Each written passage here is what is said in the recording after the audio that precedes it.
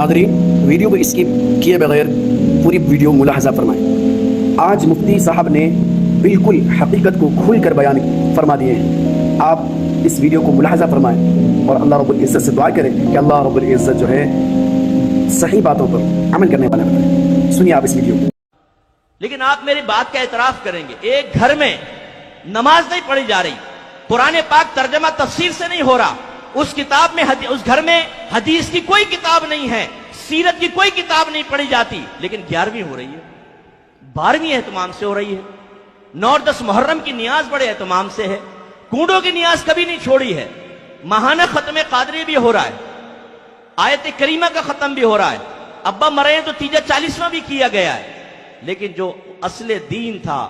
जिसकी तरकीन, जिसकी तरगीब, जिसके बारे में हुक्म कुरान और हदीस में मौजूद है, वो नहीं हो रहा। ये किसने ज़हन बनाया? ये हमारे उन मुकर्रीन ने बनाया है